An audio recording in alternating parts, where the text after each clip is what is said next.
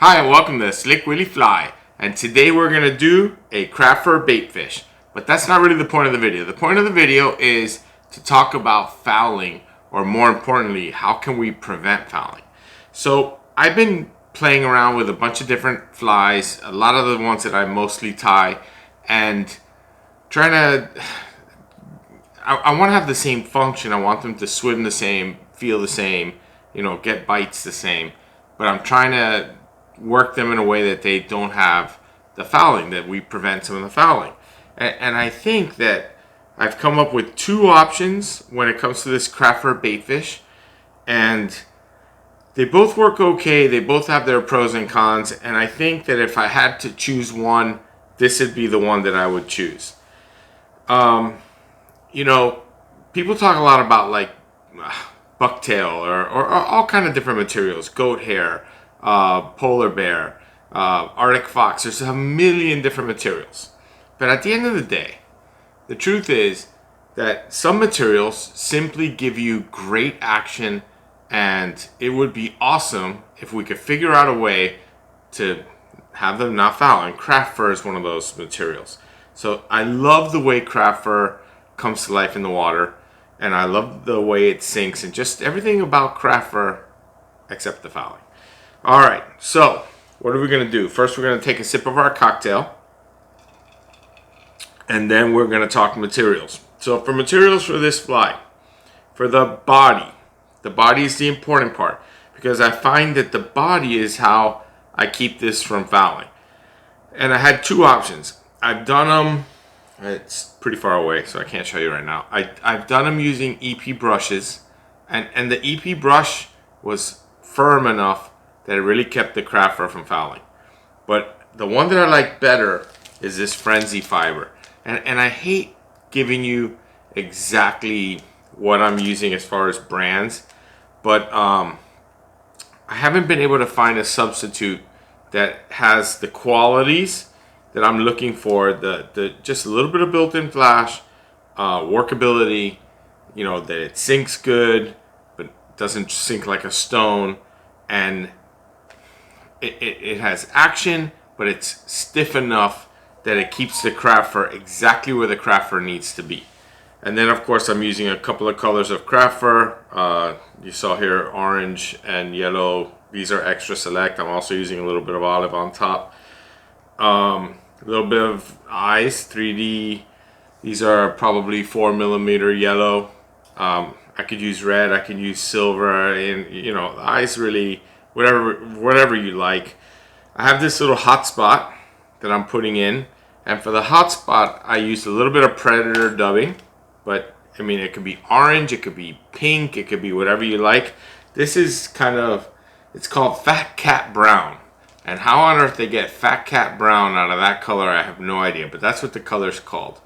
And to me it's like a cross between orange and yellow. It's not really yellow, it's not really orange. And a little UV resin, that's the whole fly. Super slick willy, super easy to tie. When we start tying this fly, when we change the camera angle, I'm going to fast forward through some of it because it's repetition. We're going to do body, we're going to do craft fur. We're going to do body, we're going to do craft fur, and we're going to work our way to the eye. And all I'm going to do is I'm going to start with the yellow, then I'm going to switch to at least one group of orange, and then the last one will be olive. Pretty simple, pretty self-explanatory. So don't forget to hit the like and subscribe. Let's switch the camera angle and let's tie this fly.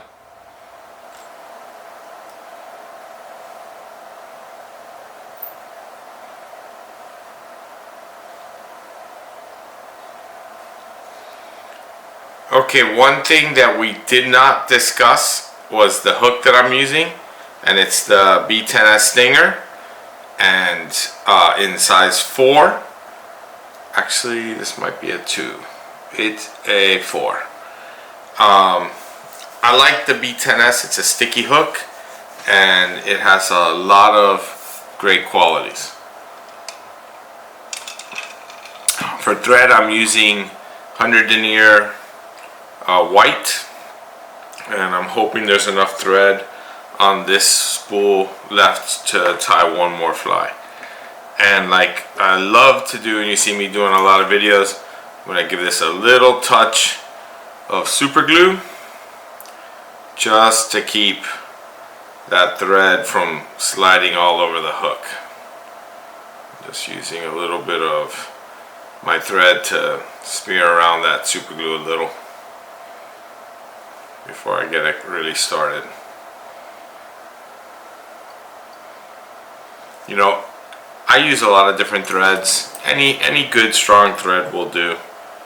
I like to really crank down on my flies, so I really like to use strong threads. Perfect. Now I should take a second and let this dry. It's kind of a pain if you start too quick.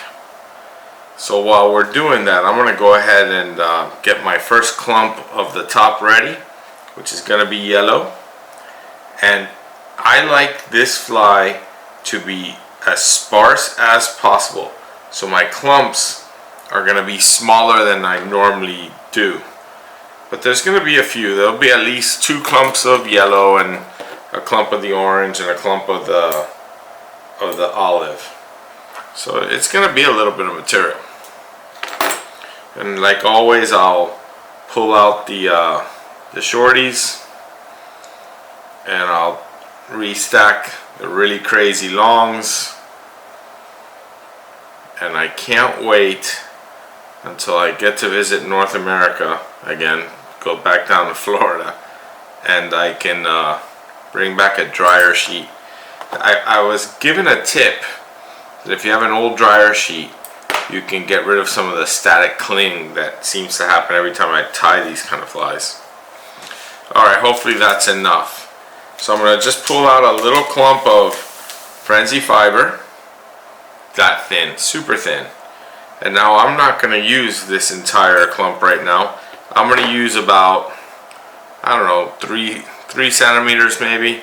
Don't need much at all because you're going to trim that shape. So I'm going to cut off 3 centimeters off the end, put the rest to the side. I'm going to come here, I'm going to put this on my, you can invert the fly if it makes it easier for you. I'm going to go ahead and just put it on the thread, and I'm going to get that started right at the bottom of the hook. And what I want is for it to basically land on either side. That might have been a little bit too sparse. I'm going to put a second clump on.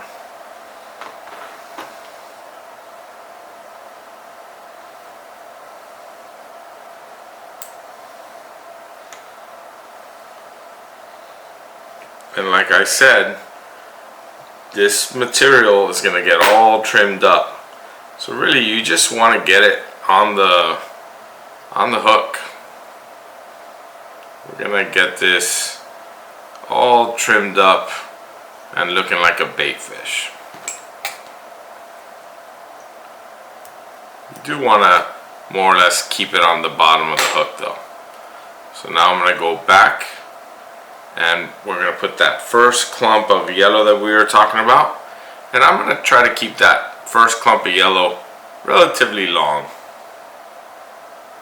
But I do want to again keep it right on top, just like that.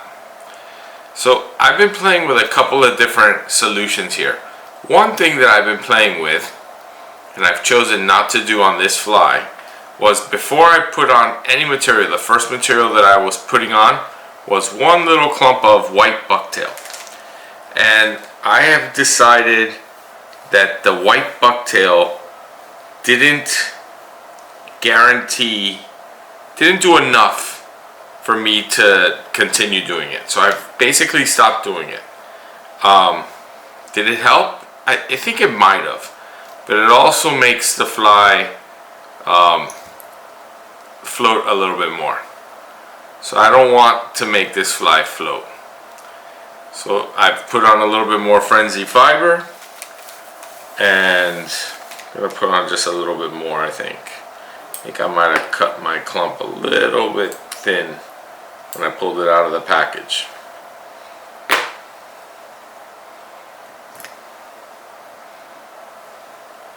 It's a fine line between too much and too little materials, I think. But that looks better. So now I'm just going to repeat. So now that you see the process, I'm probably going to fast forward at least until I get to the hot spot.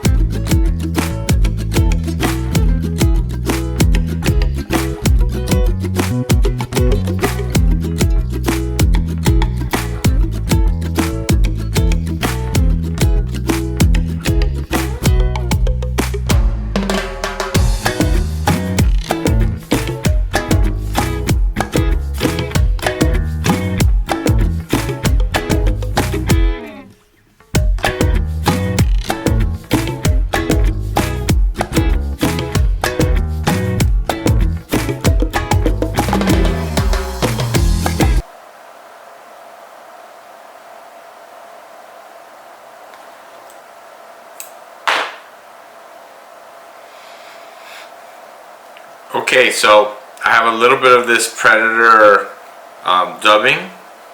I'm just kind of like ripping it on its own to make the fibers somewhat straight. Taking away the crazy longs. And now we're just going to get this put right on the bottom of the hook. And all this is going to do is basically make a hot spot. That's all we're doing. Dead center bottom. Perfect. And now I'm going to put one more clump of the white frenzy fiber.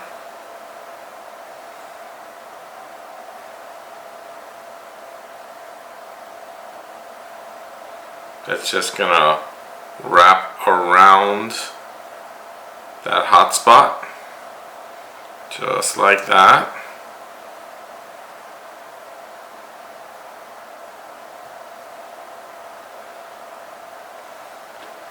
Take a second and trim up a lot of the wild stuff.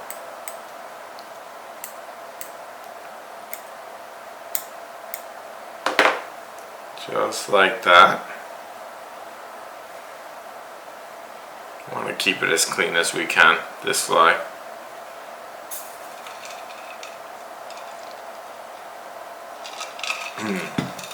Always enjoying a nice cocktail.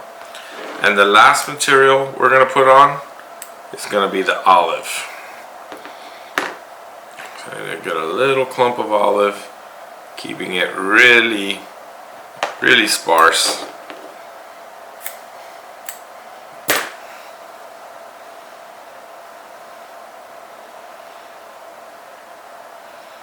Doing it all the same way, restacking the crazy longs.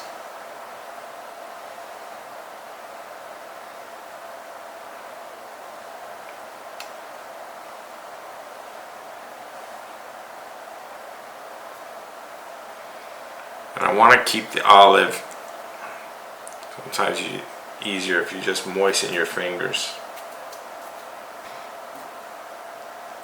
We want to keep the olive on top and centered right over the back of this fly.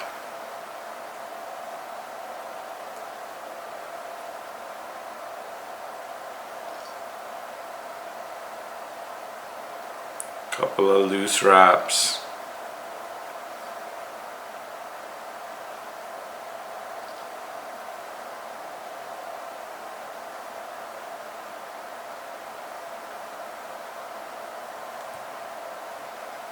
Making sure that I like where it is, and I pretty much do.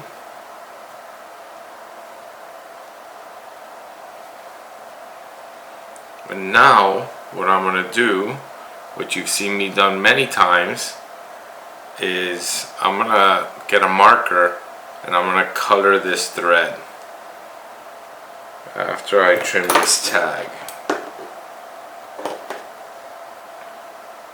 Because when we use the UV resin, that will show through. So I'm just going to take brown. I think brown is good for this fly. And I'm just gonna start a little bit of brown on the knot itself.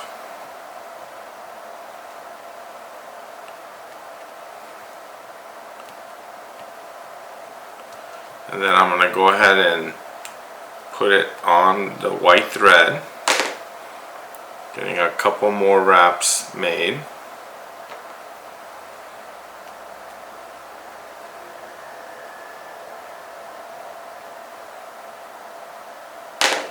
Now it's a whip finish.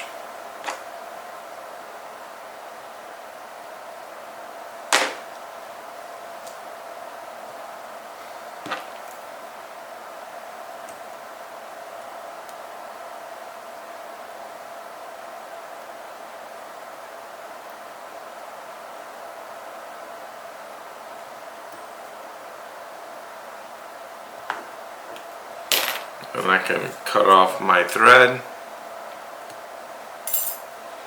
And luckily I had just enough to make this fly.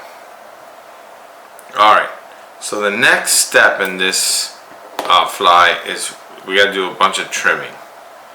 Not of the craft fur, but of the white body.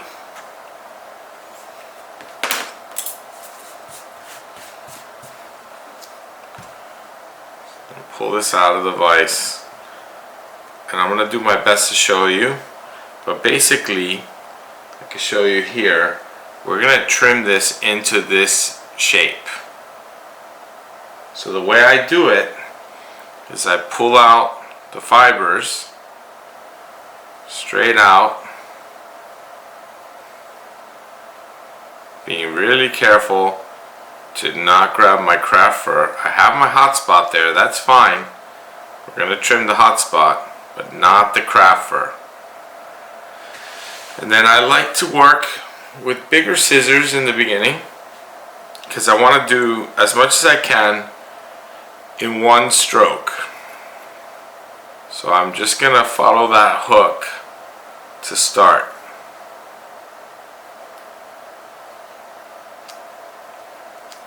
And right away you see that we're already starting to get the shape of a baitfish. So now I come in with another scissor, not my micro scissor, it's not the biggest scissor, and I'm just going to start fine tuning. And I'm going to fast forward through the rest of this.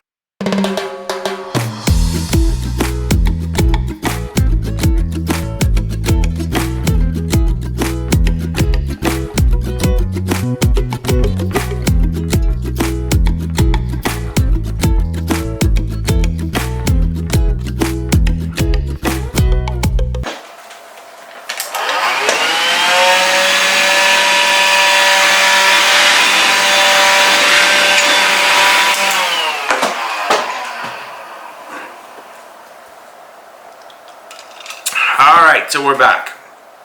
So it's trimmed up, the shape is there. Let's do some eyes.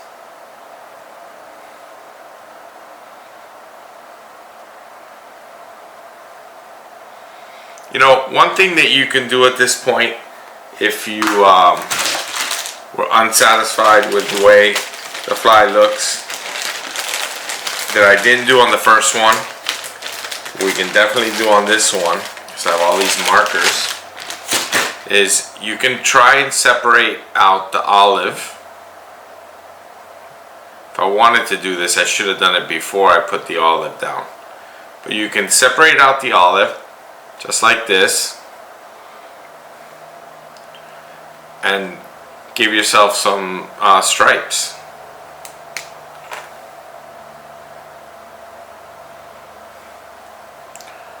Basically you can just, it's hard to do with the olive in the way. We could do it with the olive there. But basically you could just, you know, paint some stripes down this fly. Make it look a little bit more baitfish. Do the same on both sides.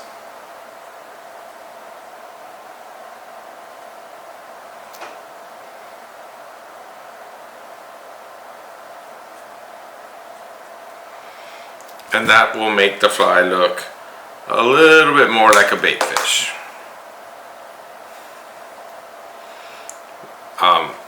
In the future, if you really wanted to do that, it's much easier to do it before you have all the craft fur attached. Alright, so now we're going to do some 3D eyes. So, haven't decided whether I want to show this in the video or not. I've done a bunch of 3D eye videos. Might fast forward through it, might not. But basically, just to give you a quick, once I've decided what eyes I'm going to use, these eyes come with a little bit of adhesive, which doesn't always work.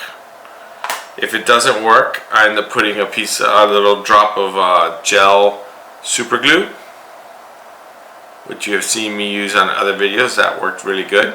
I use the center of the hook shank as my guide, and then I use I guess the eye of the hook is my opposite guide.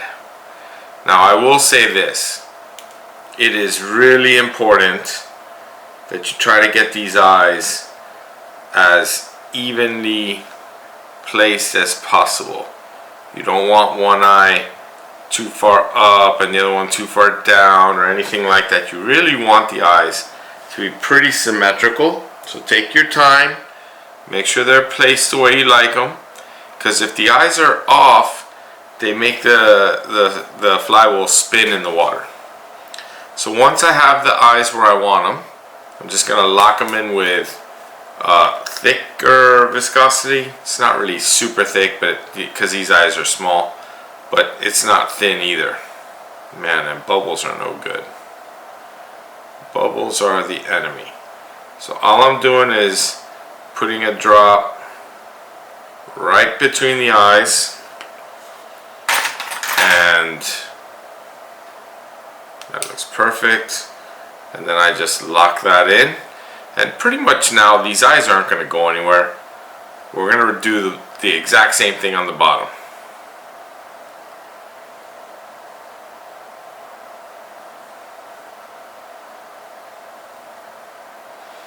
And they say 5 or 10 seconds, but I'm not, selling flies. I don't tie a bunch of these, so I could take my time and do it for a little longer.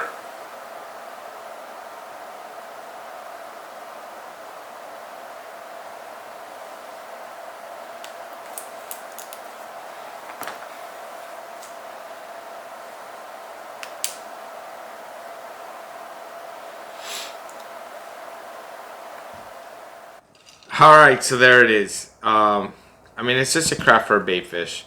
I'm not sure what I'm going to call this video. The whole point of this video isn't really to tie into the craft for a bait fish. It's to discuss methods to keep it from fouling. And I really think that this really is going to work great. So I hope you enjoyed the video. I'm going to obviously trim this up a little more. I wanted to just be quick for the as quick as possible for the video, and that's why I'm going to fast forward through some of these things. I'll put some links in for like how I make eyes or different things that I do. Overall, I'm happy with the way that turned out. I think it's a great fly. I'm telling you, it catches fish. I know it catches fish. I've caught fish with it. Hope you enjoyed the video. Don't forget to hit the like, subscribe.